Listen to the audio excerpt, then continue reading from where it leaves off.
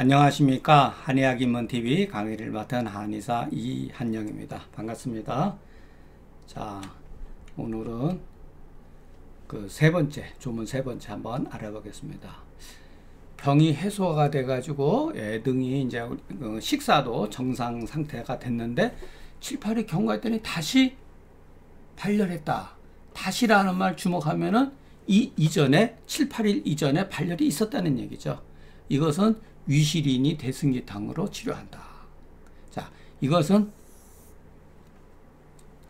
위실 때문이니, 이것은 위실이 된 것이니, 이렇게 해서도 되고, 이것은 위실 때문이 이렇게 해도 돼요. 그죠? 예. 자, 요것은 뭐죠? 주해죠, 주해. 예. 이거에 대한 해석이잖아요, 여러분. 예. 그렇기 때문에 우리가 판단해서 볼 수 있는 거는 병이 해소됐는데 7, 8일 되었더니 다시 발열이 됐다. 이거에 관계없이 그냥 우리는 대승기탕을 쓸 수가 있다는 거예요. 환자가 왔는데 예를 들어서 우리가 환자를 통해 가지고 알 수 있는 거는 발열이 잠깐만 멈추지 않고 다시 재발됐다. 그 사실이 중요한 것이지, 위실이라고 하는 것은 의사가 이 현상에 대한 판단이잖아요. 그죠? 그래서 이것이 해석이라는 거예요. 그러니까 이것이 틀렸다는 게 아니라 우리가 글을 볼 때 무엇을 봐야 되느냐. 7, 8일이 경과했는데도 여전히 열이 다시 발생이 됐다는 그 사실이 중요한 거죠. 자, 위실에 대한 증거는 이것 말고도 여기에는 몇 가지가 더 추가되어져. 자, 이거에 대해서 7, 8일 경과를 특히 쓴 것은 왜 예전 사람들이 이렇게 날짜가 경과되는 걸 썼을 때 우리가 주목을 해 봐야 돼요. 7, 8일이 일주일 정도 이상이 열흘이 될 즈음에 그것을 발열로서 내열, 조열지조, 내실과 조열의 증로서 여긴 것은 A로서 B로 삼다. 써 있자고요. 그러면 발열로서 내실, 조열의 조짐으로 삼았으나, 위실이라고 하는 것은 알고 보면은 경과한 날짜에 있는 것이 아니라 실로 서모, 조열, 복만, 부대변에 있다. 예. 날짜가 오래 지냈다고 해서 그것을 내실이라고 이렇게 판단하기에는, 그러니까 위실이라고 판단하기에는 부족하다는 거예요. 예. 그 시간상의 경과로서 위실의 조짐이 될 수 있구나라고, 그 말은 틀린 말은 아닌데 실제적으로는 그와 더불어 알게 모르게 서모라든가 조열이라든가 복만이라든가 부대변의 그와 같은 이 증상에서 찾아야 된다는 거죠. 만일의 경우 이와 같은 증상의 단서가 있다면 그때는 꼭 임산부만 문제가 되는 게 아니라 남녀노소 일체를 막론하고 대승기탕을 쓰면 된다는 거예요, 여러분. 네. 여기가 이제 출산한 그러니까 출산한 부인에 대해서 관한 글이라 하더라도 우리가 그것을 떼어버리고 남녀노소를 불문하고 대승기탕을 쓰면 된다. 예. 그러니까 열이 어느 정도 지속이 되면서 그럴 때는 이것은 예전 사람이 위실로 봤는데 그것은 알고 보면 조열의 조짐이다. 그만큼 위실이라고 하는 것은 진액이 부족한 상태거든요. 결국은 위에 진액이 부족한 상태인데, 그러면 대승기탕은 조실을 하하기도 하지만 생진액하는 처방이라는 거예요. 이것도 제가 상한론에서 말씀드렸죠. 우리가 대승기탕은 마른 변을 배출하는 것뿐만 아니라 하조시이 조열을 풀어준다.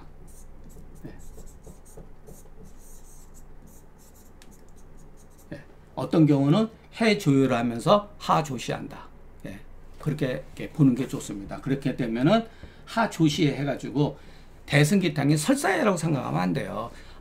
소화기가 무력한 사람한테 대승기탕은 당연히 그때는 진액이 탈진해 버리죠. 그럴 때는 다른 병이 생길 수가 있죠.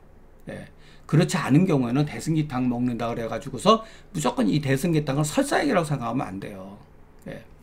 정상화시키는 거죠. 문제점을. 대승기탕도 흙에 보면은 생진액하는 약이다. 진액을 보존시키는 약이다. 여러분 이거 제가 한 말이 아니에요. 여러분 상한론에 보면 이와 같은 말이 있어요. 여러분 조이승기탕 써놔가지고 위기가 다시 조화를 해가지고 진액이 생하면서 위가 예전 사람이 그와 같이 생각을 했다는 거예요. 그러니까 후세에 가서 후세에서는 이 망향이 강조된 거야. 망향이 이 망향이 굉장히 강조됐는데 상한론과 금계율학에서는 무엇을 중요했냐면은 진액을 굉장히 중요시 여겼다. 진액. 자, 진액이 있어야지만 결국은 망향도 회복이 되는 거예요, 여러분. 진액이 보존이 안 된 상태에서 망향이 회복되는 거. 양기만 보충을 하면 안 된다는 거예요. 여러분, 우리가 잘 알고 있는 그 금교율학에서, 경학잔서에서 그와 같이 얘기했죠? 일량이 그 곤계에서 봤을 때, 감계에 봤을 때 양이 빠져 있다. 자, 이렇게.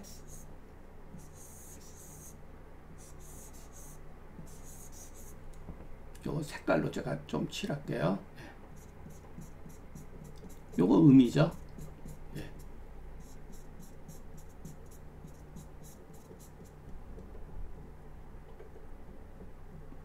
요거는 양이죠. 자, 그렇기 때문에 망양, 예를 들어서 양기를 보호하는 걸 굉장히 강요를 했잖아요. 장경학이. 그 나름대로 이유가 있어요. 그 부자 대표적이죠. 우리가 팔미지왕탕을 예를 들면은 부자하고 육계를 쓰잖아요. 6개.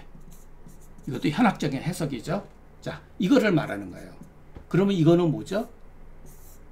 이거는 음이잖아요.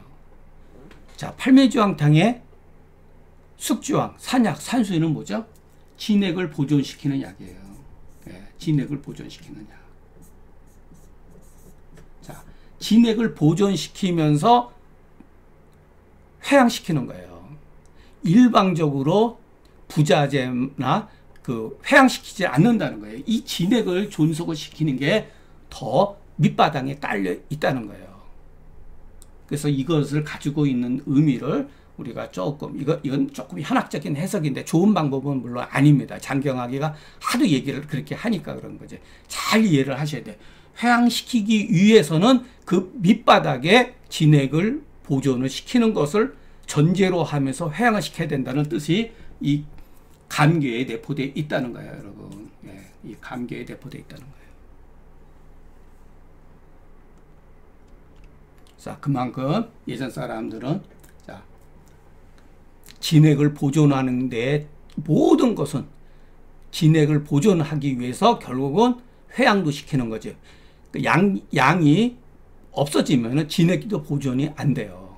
그래서 우리가 그 계지가 부졌다, 발암과다 했는데 뭐 수루 부재, 탈진 현상이 됐는데 당연히 진액을 보호하느냐를 안 쓰고 망향을 회양시켰잖아요. 어쨌든 간에 부자재를 써가지고. 그게 왜 그러냐면 우리 몸의 생명체가 물론 양기가 중요하지만 양기가 있어야지 진액이 보존된다는 사실을 알고 있는 거예요. 다만 고위들은 진액 보존에 굉장한 신경을 썼어요. 근데 후세에는 진액이라는 말을 많이 탈색이 되면서 망향 위주로, 회양 위주로 나갔다는 거죠. 그러니까 그 차이점을 잘 이해를 하는 게 좋겠습니다. 자, 산후에 배 가운데가 이렇게 앞서서도 나왔죠. 이렇게 좀 완만한 기분 나쁘게 아프다 그러면 당귀, 생강, 양육탕으로 쓴다.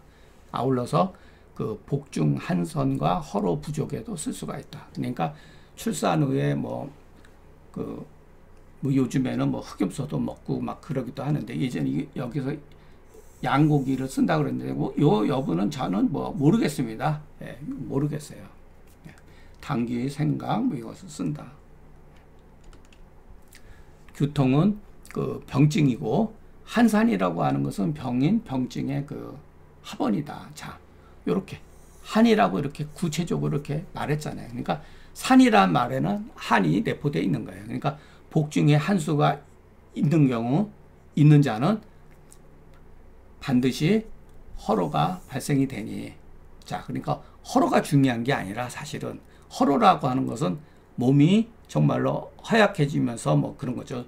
그 노동에 의해 가지고 허약해진 상태인데, 자, 허약해졌을 때 그 사람에 따라서 이렇게 복중에 한수가 생길 수가 있다는 거예요. 이게 바로 한산증이죠. 이와 같은 경우 한수를 치료하지 아니하고 이에 허로를 보호하는 자 있지 않다. 그러니까 허로를 보호하는 게 아니라 허로를 어떻게 보호해 주느냐, 그거죠. 자, 한수를 치료해야 된다는 거예요. 이게 그 후세방 관점하고 고방을 우리가 왜 깊이 생각을 해야 되느냐. 후세방을 잘못 공부를 하다 보면 이중적으로 빠져버려요. 이원적 논리에 빠져버린다는 거예요. 자, 결국은 허로를 어떻게 보호하느냐. 여기 허로라고 그랬잖아요. 허로를 어떻게 보호하느냐는 거죠. 한수를 치료해야 된다는 거죠. 이 한산을 치료해야 된다는 거예요. 그렇기 때문에 대체로 허를 보호하는 경우는 알고 보면 치수다. 자, 사실자는 실을 사한다는 경우 해열이다. 이거예요, 여러분. 그 치법이 비록 다르나 마침내 진액을 생성케 하고 양기를 회복시키는 데 귀결된다. 그러니까 우리가 예를 들어서 치수제나 해열제는 궁극적으로 뭐냐면은 진액을 보존하면서 우리의 적정한 체온을 유지시켜 준다는 거죠. 결국은. 그러니까 치법이 비록 다르다 하더라도, 그러니까 마왕탕에서 승기탕, 육미, 팔미환 할 거 없이 모든 치료법은 다 다르요. 그러나 그 궁극적인 건 뭐냐면 우리의 진액을 보존시키면서 양기를 다시 적정한 체온을 유지시키는 데 있다는 거죠. 그래서 상한론과 금계위를 잘 읽어보면 이런 구조로 되어 있다라는 걸 우리가 어느 정도 추측할 수가 있습니다.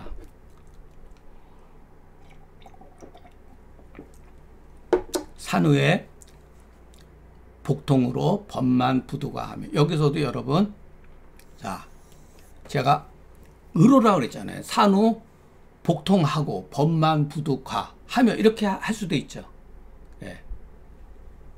근데 여기서는 왜 이렇게 쓰냐면 산후 복통으로 인해 가지고서 이와 같은 병증들이 유발됐다는 거예요. 복통으로 인해서 법만증이 생기고 법만 때문에 부도가 한 거죠. 이게 바로 병세의 관점에서 글이 쓰여졌다고 하는 것을 우리가 짐작할 수가 있어요. 연쇄적으로 되어 있는 거예요. 산후 복통과 법만과 부도가는 일련의 연속적인 병의 과정이다. 이럴 때 지실 작약산으로 치료한다. 그러니까 이 복통 같은 경우에 약간 어쨌든 간에 다소 뭐 실증으로 본 거죠. 그러니까 법만 하면은 뭐 눕지를 못하는 거죠. 답답하다고 하는 것이 이미 여병증에는 내포되어 있는 거죠. 번조증이 다 내포되어 있는 거죠. 그리고 부도가하고 예를 들어서 이것이 열이 막 치받게 되면 여러분 머리도 아프고 잠도 못 잘 수도 있어요. 그야말로 이럴 때는 알고 보면 우리가 잘 알고 있는 처방들이죠. 지실, 작약 요거 가지고 쓴다. 자, 복직근이 구려나면서 통하고 구려나면서 복통이 있고 법만 부도과자의 지실 작약성으로 치료하나, 이것은 일시적으로 경과하는 그 증상이기 때문에 그 법만의 그 정황에 따라서 우리가 얼마든지 사물탕에다가 황금, 황년, 후박, 지시를 가할 수가 있다. 만약의 경우 더 심하면 대황을 쓸 수가 있다. 요게 제 해석이에요. 일시적인 경과다. 이것은 변증이에요, 변증. 그러니까 이것을 다 외우는 사람은 없어요. 이 사람은 그 고인은 치료에 나름대로 능숙한 사람이기 때문에 이 변화에 따라서 약을 그냥 바로바로 적재 쓴 거예요. 근데 현실적으로 우리는 이렇게까지는 못하니까 기본적인 사물탕에다가 여러분 황금, 황령, 후박, 지실을 얼마든지 쓰면은 이와 같은 증상들이 해소가 된다는 거죠. 더 심하다. 이것은 생각보다 더 심하게 통증이 있고 법만증이 심하다 그럴 때는 여러분 대왕을 써야 된다는 거예요. 그러니까 결국은 산후에도 사물탕과 대승기탕을 얼마든지 합방해서 쓰고, 열이 조금 더 흉열이 있다든가 번열이 심할 때는 황금과 항열을 얼마든지 쓸 수가 있다는 거예요. 예. 우리가 임산부들은 몸이 허약하다는 그런 전제 조건에 빠져버릴 필요가 없어요. 여러분, 임산부라 하더라도, 아니 출산한 부인이라 하더라도 무조건 허한 건 아니에요, 여러분. 예. 그 병증의 상황에 따라서 우리는, 예. 어떤 경우는 여러분 이런 증상이 아니라 반대로 사물탕 가지고 합방해서 쓰는 경우도 비일비재하죠. 예. 그래서 결국은 통치방 개념으로, 예, 팔물탕이 나오지 않았는가 이런 생각도, 예, 듭니다. 예. 자, 오늘은 어떻게 하다 보니까 이 부분은 너무 강의가 좀 빨리 끝냈네요. 예. 자, 우리가 그 전 시간에 제가 말을 하다가 그만두었는데, 그 강의를 이제 하다 보면은, 제가 이거 선을 넘으면 안 된다. 글을 쓸 때는 제가 뭐 표현에 있어서 가급적이면은 쓰기 때문에 그 선을 안 넘어가고, 선을 넘어가도 상관은 없어요. 그거는 사실에 그 기반을 두고. 근데 말이라고 하는 것은 제 생각을 더 첨부를 해야 되는데, 자, 우리가 글에는 요즘에 그 가짜 뉴스,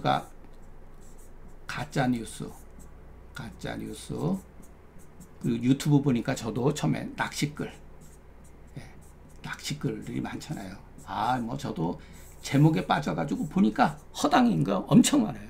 예, 가짜 뉴스, 낚시글, 막 진짜 이건 정치적인 하는 용어지만 선동적인 어떠한 글들, 선동적인, 예, 글들. 이게 결국은 뭐냐면 이것이 전부 다 글과 말이거든요, 여러분. 우리가 공부는 전부 다 말과 글을 통해서 배우잖아요. 이것이 결국은 우리가 그 말과 글을 통해서 공부를 하는데, 이것이 이거를 그 말과 글을 통해서 인식을 하잖아요. 근데 이 인식이 현상을 잘못 보는 경우가 많다는 거예요. 현상을 왜곡시킨다. 좋은 말도 여러분 현상을 왜곡할 수밖에 없어요. 그런데 우리가 보통 우리 한의학은 이게 너무나 심하다는 거예요. 예. 양방도 아무리 지금 정설로 여겨져도 시대 흐름에 따라서 뒤집어지기도 하고, 걔네들은 그것을 바꾸거든요. 어쨌든 간, 이거 잘못된 이론이다. 근데 우리는 이게 안 돼요. 예. 동의보감에 나와 있는 내용조차 한의사 가운데 거기에 비판하는 논문 하나가 없다는 게 문제가 되는 거예요, 여러분. 예.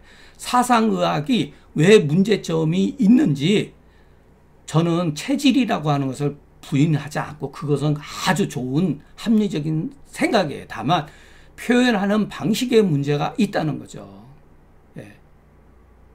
여러분, 저는 솔직해서 사상의학의 그 앞에 나와 있는 글 자체를 읽어낼 수가 없어요. 그것은 성리학하고도 전혀 관계가 없어요. 이재마 선생이 성리학을 배워가지고 어느 정도 그 기준에 의해 가지고, 여러분 제가 앞서서 말씀드린 거 있었죠? 경학전서에서 2일 기수, 이거 유명한 기죠. 기는 다르다, 만수. 예. 이거 정의천이 한 얘기거든요. 이는 하나인데 기는 다르다. 이 기수가 뭐죠? 결국은 사상의학을 만들어낸 거예요, 여러분. 예, 사상의학. 근데 이와 같은 아이템에 여기에 그 상한론을 잘 읽어보면 체질이 있는 거예요, 여러분. 이 개념이 상한론에도 있는 거예요. 이재만 선생이 훌륭한 것은 이 개념을 하나의 그 학문으로 이렇게 탁 자리 잡은 거죠. 이것은 굉장히 좋은 아이디어예요, 여러분. 예. 저도 그것을 굉장히 높이 평가를 합니다. 다만 그 책을 우리가 읽는 데 있어서 상당히 문제가 많다는 거예요. 거기에 대해서 비판을 하고 새로운 시각으로 그것을 해석해내는데, 굉장히 그것이 이 답보 상태고, 동의보감도 마찬가지죠. 예. 그러니까 제가 항상 주장하는 거 그거예요, 여러분. 제가 좋은 말로 해서 아, 나는 글을 읽을 때 난독증에 빠졌다. 예. 제가 글을 못 읽어서가 아니라 예. 그 책 자체가 예. 읽을 수 예. 없는 글이 너무 많다. 예. 동의보감에도. 예전엔 그게 뭔지를 몰랐어요, 저도. 그러면서 그거를 의심하면서 30대 들어가면서 굉장히 의심이 되면서 제가 45살 때서부터 글을 쓰기 시작한 것은 뭐냐면은 그와 같은 문제점, 경학지연서가 가지고 있었던 문제, 다 공통적인 게 뭐냐면은 결국은 표현 방식에 문제가 있다는 거예요. 예. 그러니까 우리 한의학이 어떤 그 변천 과정에 있어서 발전해 놓은 것처럼 보이지만 실질적으로 이 허사가 확대 재생산된 거예요. 확대 재생산된 거를 우리는 착각하고 있는 거예요. 이게 발전된 거라고 착각하고 있다. 예. 못 읽습니다. 요즘 후배들은, 요즘 젊은 학생들은 아예 고전 자체를 읽질 않는데요, 여러분. 걔네들이 한문을 공부를 안 한 세대에서, 우리도 마찬가지. 우리가 무슨 한문 세대입니까? 예. 이게 아니라 전부 다 이와 같은 문제가 있는 거예요. 그래서 제가 여러분들한테 처방을 강의할 그 수준이 안 돼요. 다만 글을 통해서 왜 뭐가 문제가 됐고 이런 글을 나한테 우리는 어떻게 생각해야 되는가, 이 처방에 대해서 우리는 어떻게 이해를 해야 되는가, 그것은 예전 사람들 나름대로 합리적인 사고방식을 가지고 있었다는 거예요. 나름대로. 근데 그것이 당송 이후에 결국 금원 4대가를 이유해서 이와 같은 것들이 너무나 많이 확대 재생산이 됐다. 심지어는 여러분 공공연하게 한의사 사회에서는 의역이라고 그래가지고 의역. 예. 의사들은 반드시 주역을 알아야 된다. 그래서 의역이라고 나오잖아요. 여러분 이거 위험한 발상입니다. 위험한 거예요. 여러분. 막 갖다가 붙이고 예. 현학적으로 빠지는 거예요. 현학. 예. 현학적으로 빠지는 거예요. 여러분 이런 글 가운데 나오면 해석을 못 할 수가 없어요. 예. 아주 나름대로 주역에 대해서 공부도 하고 막 했어도 여러분 그렇게 쉬운 게 아니에요. 여러분 이것은 우리 한의학을 정말로 신비주의로 몰아가는 거예요. 예.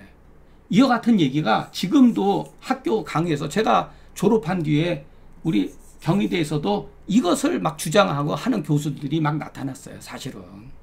예. 이건 굉장히 위험한 발상입니다. 아니 무슨 한의사가 아주 상식 그냥 경험상 예를 들어서 고전이 읽는다. 뭐 주역을 공부할 수도 있어요. 또는 의학에다가 나름대로 취미에 의해서 할 수가 있어요. 여러분. 이것은 결코 바람직한 방법이 아니라는 거. 한의사가 막 공부하는 거는 문제가 안 되는데 반드시 이거를 알아야지만 한의학을 이해할 수 있다고 하는 논리는 굉장히 위험한 얘기고 사실은 그렇지 않다. 우리가 상한론을 읽는데 뭐가 어려운 게 뭐가 있죠? 한문이 어려운 게 뭐가 있어요? 그 상한론을 후세 사람들이 어렵게 만들어 왔는데 그 어려운 이유는 다른 게 아니라 거기에 깊은 뜻이 있는 것이 아니라 어려운 용어, 개념이 불분명한 용어, 음양오행, 장부론 이런 것들을 결부시켜 가지고서 해석을 해놨기 때문에 어려운 거예요. 그래서 저도 젊었을 때 가온백의 상한내소집을 후배들하고 공부하면서 입에 마르게 진짜 칭찬한 글이었고 경학전서도 입에 마르게 이거는 꼭 공부해야 된다 그러지만 제가 나중에 세월이 흐르고 저도 나름대로 보는 눈이 생기면서 아 이것들은 문제가 있다. 예. 여러분 제가 써놓은 글이 한문으로 돼 있지만 제 친구가 그러더라고요. 아니 이렇게 글 읽기가 쉽냐고. 예. 예, 여러분 이해가 안 되는 글은 우리가 공부를 못해서가 아니라 저절로 안 읽게 되는 거예요. 우리는 그래도 고민을 했잖아요. 한문에 대해서. 요즘 젊은 애들도 고민을 하지만 과감하게 안 읽는다는 거예요. 예. 조금 있으면은 지금 학교에서도 제가 들은 것이지만 몇 년 전에 예를 들어서 그 황제내경은 대학원 과정으로 가야 된다. 상한론도 대학원 과정으로 해야 된다. 사상의학도 대학원 과정으로 가야 된다는 거예요. 그리고 그러면 학부 시절 때 뭐냐, 전적으로 임상에 대한 거, 기본적인 거 임상 위주로 해야 된다. 현대의학 공부하고 이렇게 지금 변해가고 있는 추세잖아요. 그러니까 요즘 젊은 애들은 우리가 상한론을 이렇게 봐야 된다. 아니, 관심도 없는 사람한테, 관심이, 제 강의는 그나마 관심이 있는 사람들한테 적용이 되지, 아예 관심도 없는 사람들은 볼 생각도 안 한다는 거예요, 결국은. 예. 그래도 저는 그것을 후배 통해서 듣고도 이것을 하는 이유는 뭐냐면, 기록으로 남겨두자. 그래도 언젠가는 볼 수가 있으니까 선택적인 사람이라도 이런 것을 가지고 고민한 사람이 있었구나라는 것을 우리가 기록을 남겨두기 위해서 저는 알면서 합니다. 그냥 이게 많은 사람들한테 대중적으로 이렇게 인기도 줄 수 없는 글이라는 거 저는 너무나 잘 알고 있어요. 그러니까 제가 강의하는 내용이 다소 천편일률적으로 똑같다 생각이 될지라도 그만큼 우리가 고전에 대해서 잘못된 인식을 가지고 있다. 그것은 후세에 만들어진 것 같은 학술 체계에 본받을 건 분명히 있어요. 본받을 건 있는데 거기엔 허구적인 내용도 사실은 너무나 많이 있다라는 거. 그것을 찾아서 그와 같은 글을 보았을 때 자기 나름대로 합리적으로 판단할 수 있는 능력을 갖추지 않으면은 그와 같은 용어에 자기도 모르게 신비주의적으로 한의학을 빠져들고 쇠뇌될 수가 있다는 거예요. 우리끼리는 여러분 그와 같은 용어를 써도 그냥 이해하고 넘어갈 수, 몰라, 우리 한의학은 원래 그런 거야, 이렇게 넘어갈 수도 있죠. 그러나 다른 영역에 있는 사람을 봤을 때는 문제가 돼요. 그리고 또 하나, 우리 한의학의 약물이라든가 이런 것들이 어떻게 보면은 전통의학이라고 하는 그 이름 때문에 국가에서 사실은 많은 혜택을 받았다는 거예요, 여러분. 냉정하게 예를 들어서 검증하기 시작했을 때 여러분, 여기에 대해서 우리는 어떻게 처방이라든가 이런 것을 대응할 수가 있는가. 그것도 우리가 학교를 중심으로 해서 논문도 그와 같은 고민을 해야 된다는 거죠. 저는 일개 그냥 야인이고 그냥 평범한 하는 사람인데 저는 앞에서도 말씀드렸지만 그냥 글쟁이에요, 여러분. 글쟁이. 좋은 글을 찾는 사람이에요, 글쟁이. 좋은 글. 그러니까 좋은 글이면 조금 보고, 그렇지 않은 글은 조금 그냥 덮어두고 조금 그런 타입입니다. 근데 글이라고 하는 게 뭐냐? 뜻이 서지 않은 글은 올바른 글이 아니라는 거예요. 그러니까 결국은 올바른 글이 아니기 때문에 우리가 못 보는 거예요, 여러분. 관심이 없고 실력이 없어서가 아니라. 근데 그걸 모르고 자꾸만 너희들은 한문이 부족하다. 여러분 한문, 의학인문, 경학전서 다 해석되어 있잖아요. 그거 보는 사람 몇 사람이나 되죠? 없습니다. 솔직히 해서 거의 없어요. 의학인문 안병욱 선생이 정말로 평생에 걸쳐 혼심을 다해서 번역해 놓은 글인데 웬만한 분들은 의학인문 번역본 다 가지고 있어요. 거의 극히 일부 앞부분만 보다가 다 손 놨을 거예요. 왜? 그 이면에 있는 문화적 흐름, 역사적인 문제점, 그러니까 역사적인 흐름에 따라서 문자의 변화, 이와 같은 것을 이해를 못하기 때문에, 이해하기가 어렵기 때문에 책을 읽어도 무슨 내용인지 모르는 거예요. 그것이 단적으로 제가 항상 주장하는 허사 때문이에요. 허사. 허사를 통해서 만들어 놓은 상은 결국은 허구다. 그렇기 때문에 책을 덮는 순간 이해가 안 된다는 거예요. 똑같은 얘기 너무 많이 해서 여러분 식상하고 있지만 제 속마음입니다. 오늘 강의는 여기서 마치겠습니다. 경청해 주셔서 감사합니다.